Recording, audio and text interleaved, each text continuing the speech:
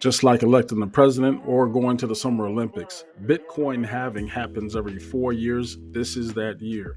What does halving mean? Let's talk about it. I'm Antoine Anderson. This is Black Investments Matter. One of the things that had got me into this whole field is the profit I was making off of mining cryptocurrency, particularly Bitcoin, with an ASIC miner. This is back in the days when you were still getting paid to mine Ethereum back before staking happened. Now the game has changed where Ethereum, for the most part, is still staking only. There are some Ethereum Classic coins that you can mine. There are other cryptocurrencies out there, such as Dogecoin and Cadena, where you can buy expensive miners to earn passive income with those miners, but it's gotten a lot more expensive. Halving is the great equalizer in all of this, and let's explain what that is.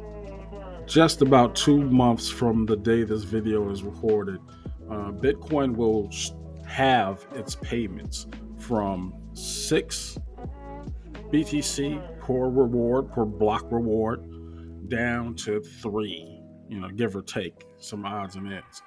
What a halving is that maximum payout paid to miners, people who mine cryptocurrency with those ASIC mining machines. That's the thing I used to do.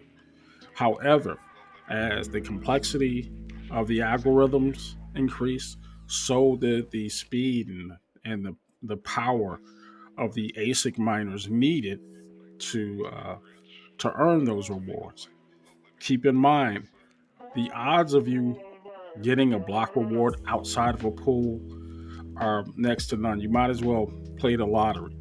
Uh, in essence, the type of machines, ASICs, that you need to mine Bitcoin directly, there are hundreds of thousands of them out there throughout the world, and you're competing with different pools of miners for those same rewards. But every 4 years, new blocks are introduced into the chain, and those solutions to those equations have to be solved by a bunch of computing power. Long story short, the more machines you have, the higher the payment you receive, the higher portion of that block reward you're going to receive. Now, granted, the days of you hitting a lick and being paid 50 Bitcoin for mining a particular block or a portion of a block, those days are long gone. There are entire companies who lease out space on their existing ASIC miners to individuals trying to earn some passive income. Now, granted, should you or your pool earn a block reward at, I guess it's 40,000 per coin now, if you get 3 coins as a reward in your pool, that is split up amongst the members of that pool. There's no way to really check how many members are in a pool, or if you're trying to do this on your own, if you are individually or collectively wealthy enough to purchase multiple $10,000 to $20,000 machines, fine.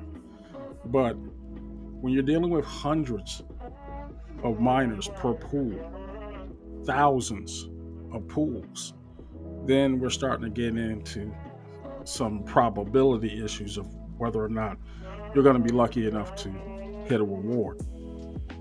Well, what does that all mean, Twan? Well, let's talk about what an ASIC is, an application specific integrated circuit. These are machines that do nothing but crunch numbers.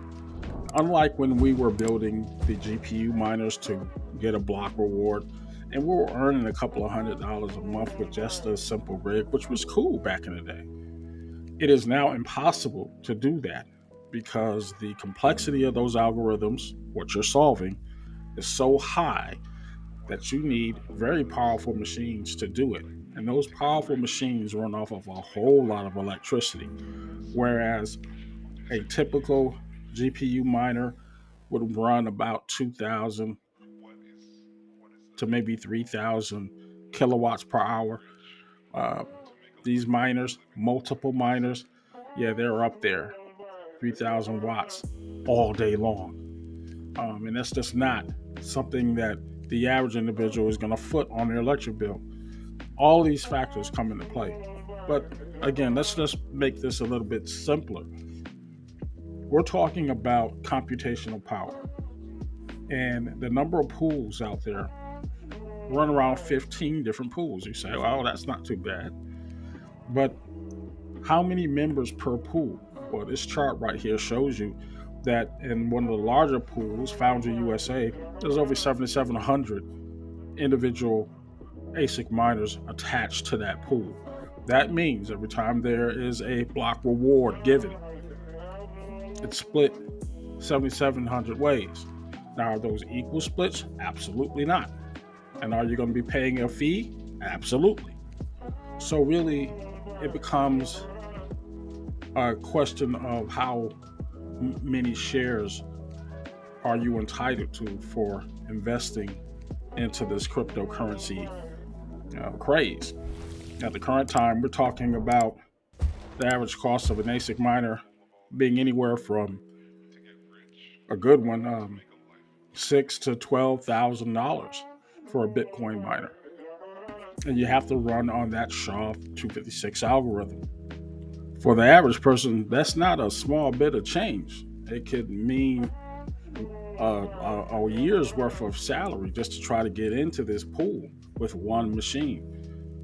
If you are able to do so, you have to balance that with the numbers of people who are already in the pool, with how many different devices they already have running, and hope that you actually get a reward.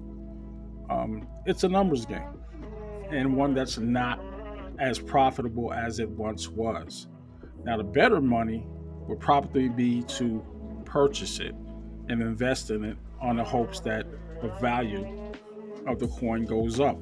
And this is what happens historically whenever there is a halving event like the one that's happening in 60 days. Um, could we see Bitcoin at 100,000 this year? Probably. That's what some of the more uh, bullish predictions are. But past performance is not always indicative of future goals or future gains.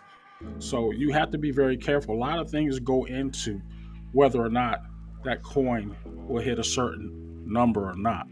There's also the question of other cryptocurrencies that are out there that typically do very well when these halvings go into effect. You want to keep in touch with crypto resources to see where you are or where these prices are going to go in the future before you think about investing in them. Very risky stuff. Contact your financial professional before you think about it. Tune in to channels like this one, and we'll give you as much information as we can. My name is Antoine Anderson. Thank you for watching.